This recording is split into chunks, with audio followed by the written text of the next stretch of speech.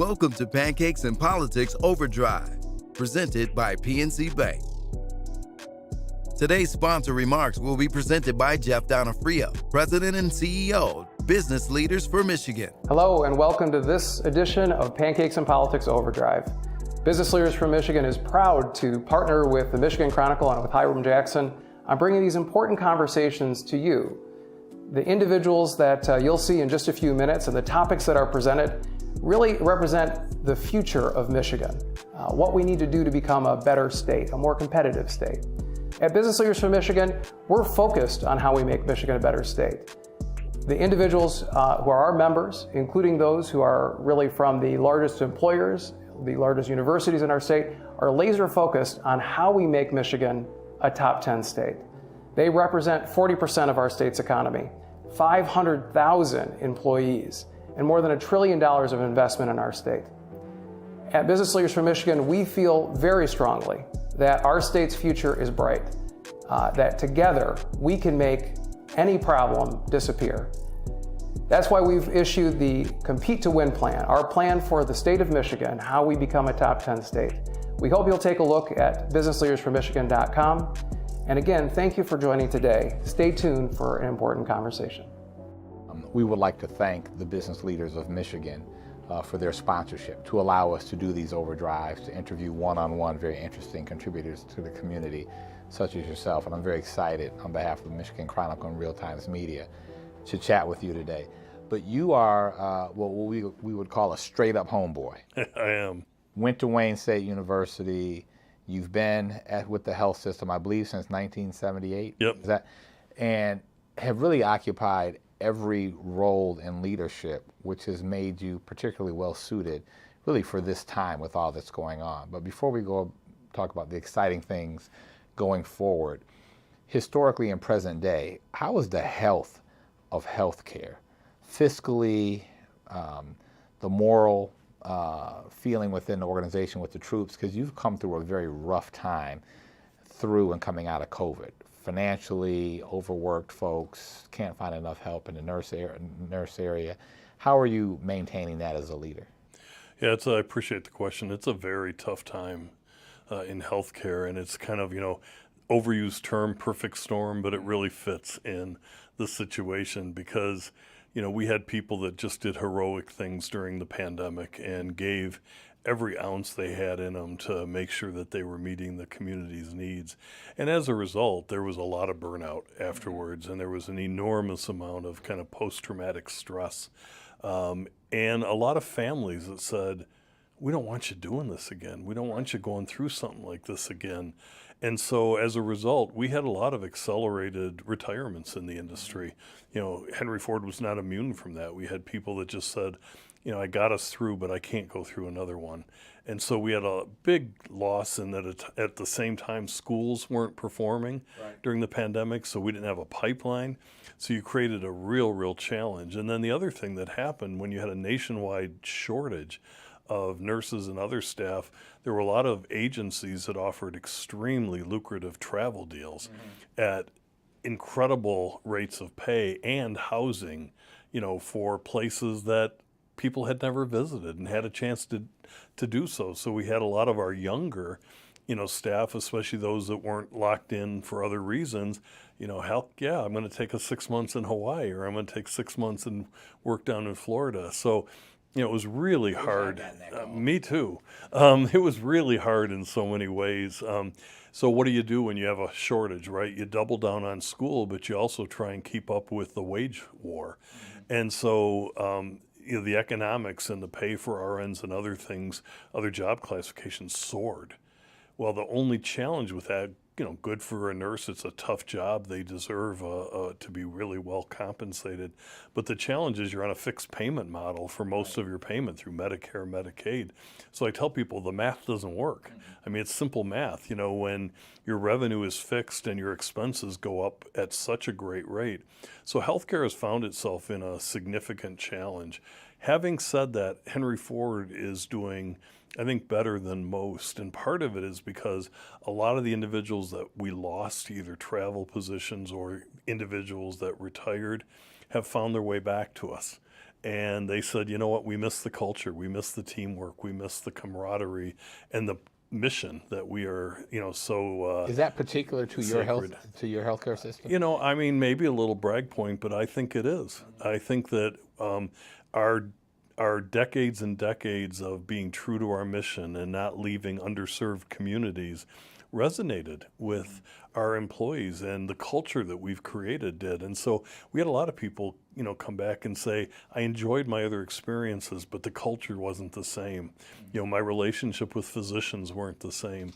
So it's helped in that regard. Having said that, we still suffer from shortages, and we still have individuals that just, they just burned out after the pandemic and really can't return to direct patient care.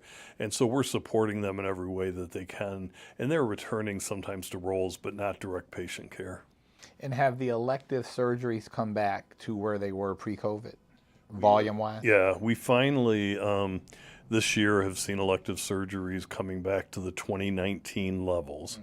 Inpatient volume has come back to the 2019 pre-pandemic levels, with one exception, and that's technology continued to advance during the whole time of the pandemic. So we are still finding ways to treat people in what was an inpatient stay historically in outpatient basis. I mean, it's hard to imagine that in a relatively short time, hip replacements have gone from a 3 or 4 night inpatient stay to no hospitalization at all.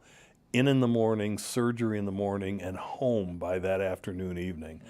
So that has impacted, volume. But for us, again, because we do such complex care and a lot of things that others can't do, we've been getting an increase in that volume. How do you maintain and, in fact, improve on the morale of the organization when you're operating under those constraints? Well, one thing you do is you're transparent. And so, we are very transparent with our employees, and we, try and talk about our budget like they talk about their family budget at their kitchen table and break it down into simple terms. We show them that we are growing and that we're opening up in new markets and constantly trying to increase revenue by virtue of expanding our market share. And people understand that and they resonate around that. We show them that we're not going to abdicate our responsibility for our mission, even though it's financially challenging to do so. We do a lot of advocacy in Washington, D.C. and in Lansing about the need to support organizations like ours, and we share that with our employees, and we share the victories that come from that. And so we bring them into, really being a part of the enterprise from a knowledge and enterprise basis. And then, I think the key to morale also is helping people understand that we're doing the best we can and that they are first and foremost in our minds. So we're doing a lot of support services. We do a lot of training. We offer more development for our employees today than we did before, and we were always pretty strong. We're helping people find career paths. Nothing makes me happier than to watch a housekeeper become an RN down the road. I mean, that's ultimately, what you really want. And we've created a framework called Culture of Belonging, because in the midst of chaos, and this world's in chaos right now, right? There's a lot to fear. People want to belong. They want to feel that they have a sense of home, maybe work home, but home. And so we're doing a lot of things to really find out what that means to every employee, because one size doesn't fit all. Right. And then really create that culture of belonging. So you talked a little bit about providing support to employees. I want to talk about mental health, 2 different subsets of that. One is, I'm sure, given the grueling nature of COVID and what that meant and the wear and tear it had on the staff, did you have to provide additional mental health support on site for your staff that didn't exist pre-COVID? So we've done numerous things. We have increased the amount of availability of trained therapists to meet with staff, and we do that in a discreet way so that they can have private time to deal with whatever issues they're dealing with. We've also created space throughout our hospital units that are just quiet space where people can go and reflect, or if they need to just break down and get emotional for a few minutes because they've had a really tough case. We now have built into our daily huddles with our team kind of daily messages that are really all around, continuing to keep a healing environment both for patients and for yourself. Nice. And we allow people to acknowledge when they're feeling unsafe emotionally and take a time out, and we support that time out. Surprisingly enough, it's also little things. We have therapy dogs now that roam the halls with their trainer on a regular basis, and staff absolutely love that. And just the ability to take a break and pet a wonderful dog for a few minutes. So, there's not one solution, but I would say we're very purposeful and we're very multi-pronged in how we approach this. Not a day goes by throughout the country that we see some incident that oftentimes involves the police trying to deal with someone that may have a mental instability. What role do you see healthcare playing in that? Because it doesn't seem like anyone's doing it well anywhere in the country, and we really don't have policies and the wherewithal yet to address the issue. What role does healthcare play in that? Yeah, that's a important and a loaded question, and I will first talk about our obligation to our team members, because the other thing that people don't fully appreciate is that post-COVID, when it just seems like the temperature in this country for a number of reasons has risen, healthcare is seeing that too. Nationwide, we are having record numbers of nurses and other caregivers that are physically and verbally assaulted on a regular basis by either a patient or a family member. And underlying untreated mental illness continues to be a major driver of that. So we've got a massive workplace safety initiative on, and we're teaching all of our caregivers even more on de-escalation training and how to take a situation that's got a lot of anxiety and bring it down a few notches. We're also taking a hard line on patients or family members that assault our caregivers. But to your broader question, mental illness right now, we still are in this loop between sometimes discharge from a penal facility, whether or not they should have been there in the first place or not, to an emergency room, back and forth. And so we're doing a number of things. One is digital visits or virtual visits for behavioral health is something that we've leaned into heavily. And we now have therapists that will do virtual visits, 24/7 with individuals by just using a smartphone. And the nice thing about that is with mental illness, sometimes people just don't have the transportation, the means, or just the emotional will to drive to a facility, but they can connect by phone and get some immediate help. The other thing that is coming out, and I think this is going to be the next front. Have you seen a lot of people using that? Absolutely. Absolutely. In fact, interesting thing with behavioral health, it is now the most preferred method by patients. And cancellation rates have almost disappeared versus inpatient visits. So reliability and accessibility are soaring.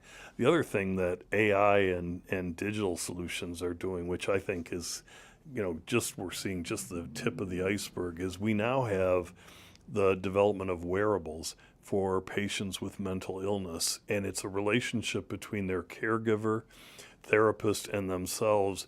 And they use a wearable, and then a few times a day, the wearable can click in, and the therapist can listen to the patient, and they can tell by changes in voice, changes in speed of voice, and other things. And it's automatic. Yeah, it's automatic. Whether they're having a difficult time, they can intervene. And what mostly they can tell is, are they taking their medicine? And one of the biggest challenges with mental illness is medicine compliance. So people do really well, and then they want to get off the medicine, and they stop taking it, and they cycle back down. So, there's a lot of tools to create more real-time interaction. At the end of the day, though, we need more behavioral health beds, because there are obviously people that have a level of mental health illness that requires hospitalization, and especially, sadly enough, we're seeing that demand really increase in kids. So we are building in a partnership with a national company called Acadia, a brand new adult and adolescent inpatient hospital on our West Bloomfield campus because we had the space in the room there, and I'm really excited for it to open. One of the most sobering things that happens to me is, I get calls fairly frequently, and these are from people of means that will reach out to me at home and say, I've got a child that needs admitted to a mental health facility, and I'm told the nearest bed is 150 miles away. Wow. Is there anything you can do? And I, of course, do everything I can, but I think if that's the experience people of means and access have, think about the people that don't have the ability to call someone like me. So we've got to fix this problem, and we're working with Governor Whitmer, and she's been very supportive of mental health pay parity so that we can attract people into the field. And then how's that from a fiscal standpoint? A lot of those people don't have any coverage either, and those people are disproportionately in urban areas where you are. So you've got to probably see over-index in terms of the number of mentally challenged patients that come into your hospital. It is true, although interestingly enough, mental health now is as much a rural problem as it is an urban problem. And a growing suburban problem. And it takes on different flavors. The prevalence of mental disease may be certain in certain categories in urban setting, but in rural settings we're seeing so many problems from drug addiction and then a combination of drug addiction and depression, drug addiction and other mental illness. And so in some ways, this will sound funny, but in some ways I'm glad it's now a pervasive issue because it means it affects every legislator's region, every part. And, so you hope that will encourage alignment around, some greater funding sources. Keeping within the theme of community, you have historically and still today are very involved, I don't know where you find the time, on a number of boards and organizations. How important for your professional development as a leader has it been that you be kind of equally involved in the community and those organizations as well as being so committed to work? When I started with Henry Ford, along the way, we were always talking about we wanted to be the most effective at population health, keeping populations healthy. And it became really clear to me that in order to do that, it's far beyond giving the best medical care. If you really want to have a healthy population, you have to have a healthy economy. You have to have a healthy education system. You have to have a healthy arts and social programs in communities, because all of those things make a healthy community and motivate people to be the best form of themselves. And so for me, I see this as an extension of health. I see working on education support. I see working on economic vitality of our city and our surrounding communities as all part of our obligation. And so, I connect it, but also personally, I think we're a relationship society, and no matter how much technology we throw at things, and I love technology, we're still a relationship-oriented community. And being on a lot of boards allows me to, number one, watch and observe other great leaders and learn, and also to offer insights to them about healthcare, about how they should be thinking about their role in the community.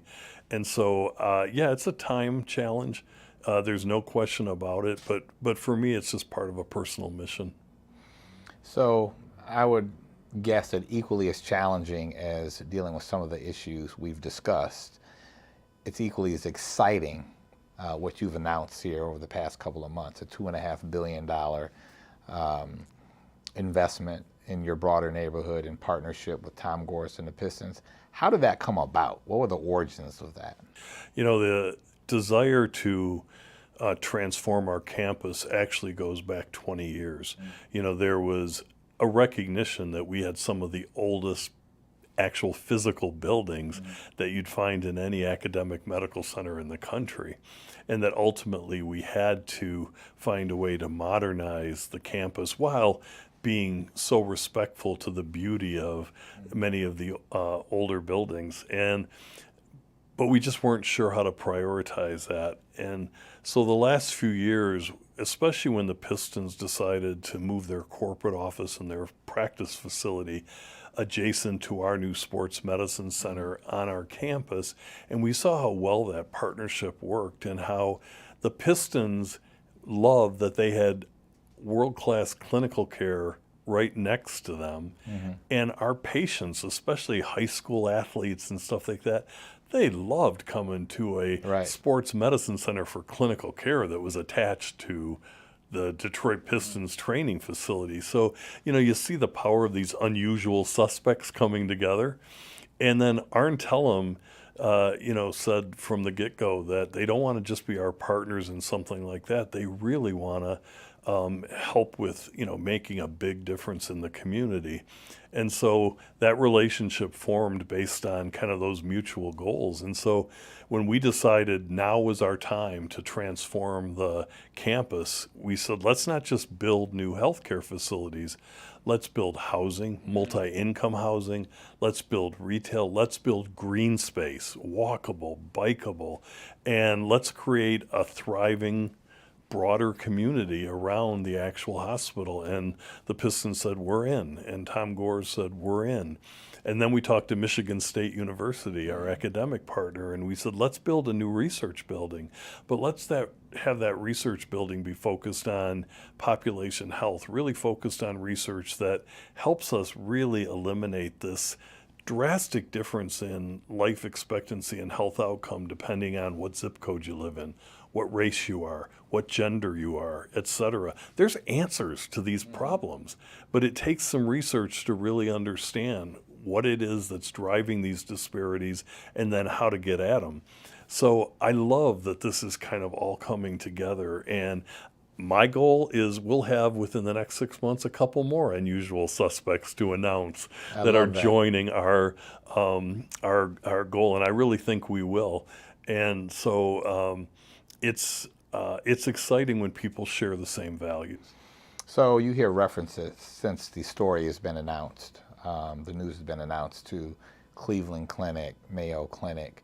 Will this become a world-class international destination for healthcare? And then what spin-off effect will that have on the Detroit economy? Henry Ford Hospital has a unique role in that we serve as the community hospital for the community that is around Henry Ford Hospital and beyond, and we're a destination for complex care, things that we call tertiary and quaternary care. We have the clinical talent, and now we're going to put the physical environment in to match that talent. And absolutely, I believe that we have and will have the environment that there is no reason that someone from this market should go to a Cleveland Clinic or a Mayo Clinic. I have full respect for those organizations, but we can provide the same services here. We've started an executive health program that's designed to also make sure that there's no reason to leave this town to get that kind of an experience. So it's definitely designed to expand our footprint in complex care. Having said that, though, the community and the local community is going to benefit immensely because we're having a whole new emergency room, and Detroiters deserve a contemporary, state-of-the-art healing environment emergency room and all private rooms, and that's a big deal as well on the inpatient side, and then all new ORs and procedure rooms. So I love that this benefits local and afar, and because the tertiary and quaternary care, to your earlier comment, and the research building with Michigan State, we're not only going to be attracting scientists and researchers from all over the country and all over the world to come see what's going on, but for patients, we'll be attracting even more than we do now from beyond. And, for complex care, sometimes those patients and their families are here for a week, 2 weeks. So, they'll need housing and they'll need hotel space, and they'll dine at restaurants. And, all that economic multiplier that happens for the city is really what excites me. how are we going to ensure, there's been a lot of focus with all the development that's happening throughout the city now in large scale. There's been a lot more focus on how the community plays a role in the direction and the formation of what's to come. Have you started thinking about how you will include the community and infuse a lot of historic properties, a lot of older homes, you're building new buildings, so not just from a architectural standpoint, but just infusing the hospital and the growth into the community with the people and having their support in doing so. Yeah, it's absolutely pivotal, and we have a couple of individuals that are really devoting almost their full-time efforts to that very thing, and we want the community's imprint on this facility, quite frankly. We want their ideas, and we want them to understand what we're doing and why we're doing it. So we have a roadmap over the next 6 to 9 months that goes deep into all sorts of community groups. We've already met with the Virginia Park Association, LaSalle Gardens, Woodbridge, Boston Edison, North End. I mean, we're really kind of spreading out near and far and we're getting great input. And we're also going to have mock rooms and mock ORs and stuff that we'll be inviting the community to come through and say, you know, think about your family being a part of your stay. How's this looking? You know, what excites you? You know, is there anything missing? And we'll get rich, you know, data from all of that. You know, at the end of the day, no matter how big health systems get, they're community assets. Yep. And I never forget that, and I want to make sure that the community feels a sense of ownership. I will tell you, there's been great excitement, you know, so far. And the other thing that's exciting people is we're taking a strong commitment on environmental and sustainability efforts. So we are setting a goal with this new hospital. We may be, can't say for sure, but we may be the first all-electric hospital in the country. If not, we will be predominantly electric, and great reduction in carbon, great reduction in use of fossil fuels. We're looking at creating geothermal plane underneath, and just, you know, things that are really going to be good and consistent with our goals of health. So how do we are the Michigan Chronicle, and the city is roughly 80% African American.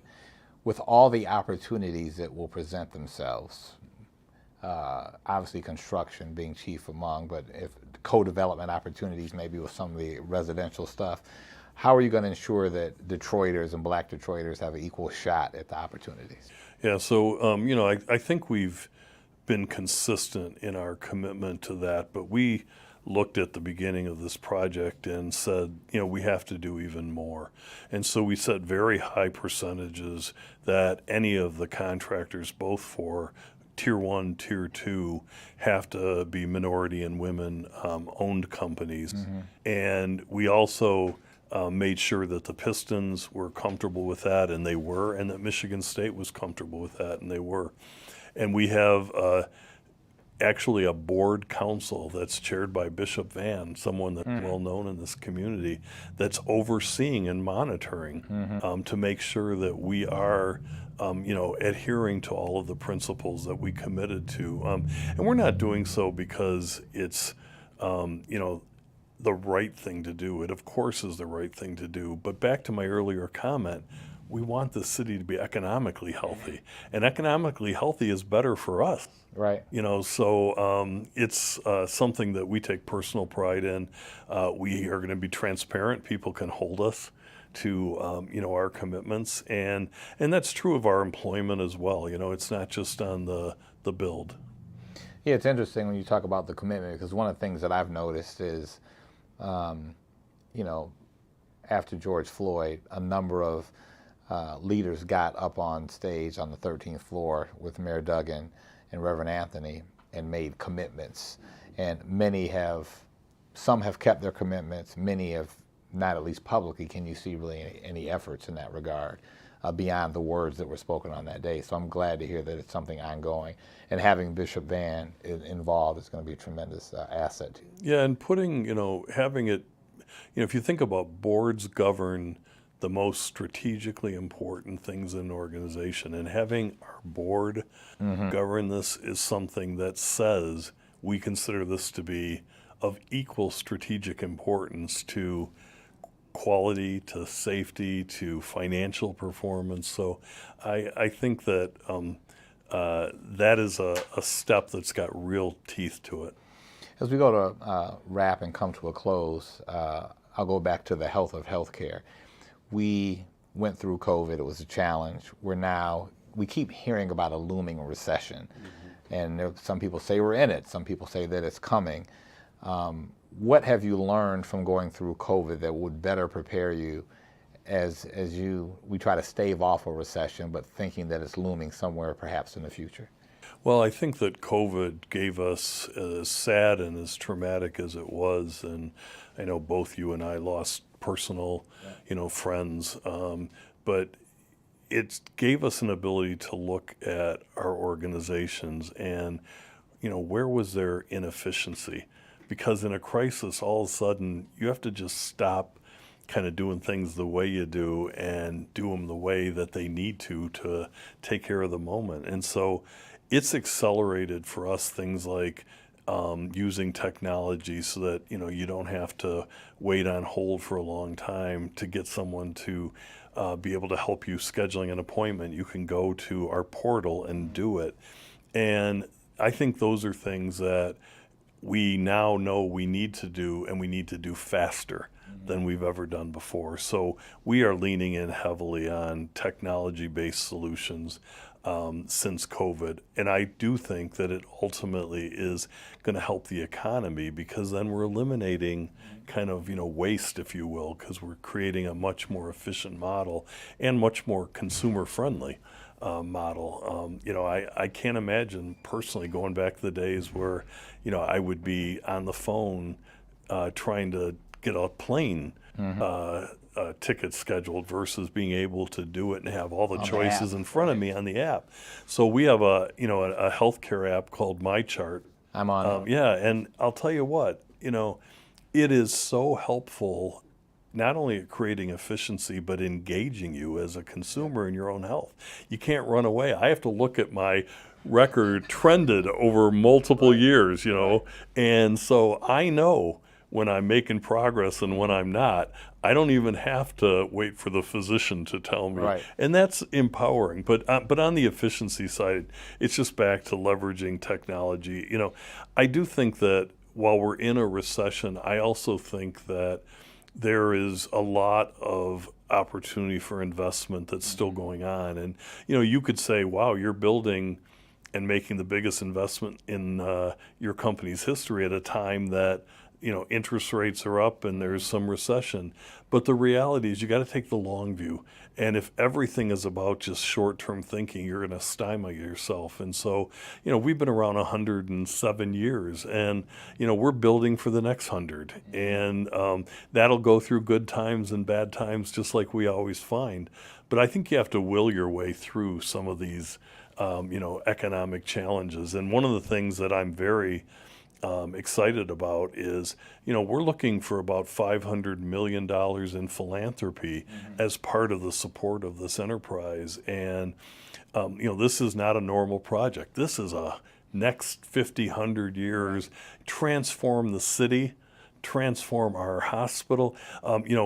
Cities that have a really state-of-the-art academic medical center in them, like we see in Pittsburgh, like you see now in Atlanta, like you see in Philadelphia, the economic multiplier is just phenomenal, what it does, right?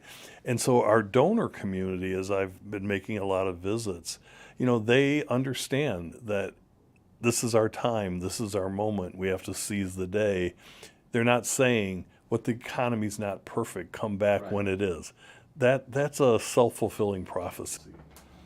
Well, look, I would say, Bob, that I personally thank you because I look at, as do many, Henry Ford Health System as a part of the community, like we have ownership in the system. It's my family, our personal physician is at the hospital. I have my chart and I do look at it. Sometimes I don't want to look at it, but I have to look at it. But it's got to be an exciting time for you as a leader to take the hospital out of trying times and looking for a long, bright future. I mean, these projects are going to take years. This is nothing that's going to happen in 1 or 2 years. And so hopefully you'll stick around through completion. But thank you for your service. Thank you for your commitment to the community. Thank you for your contributions. And thank you very much for being here today. Thank you, Dennis.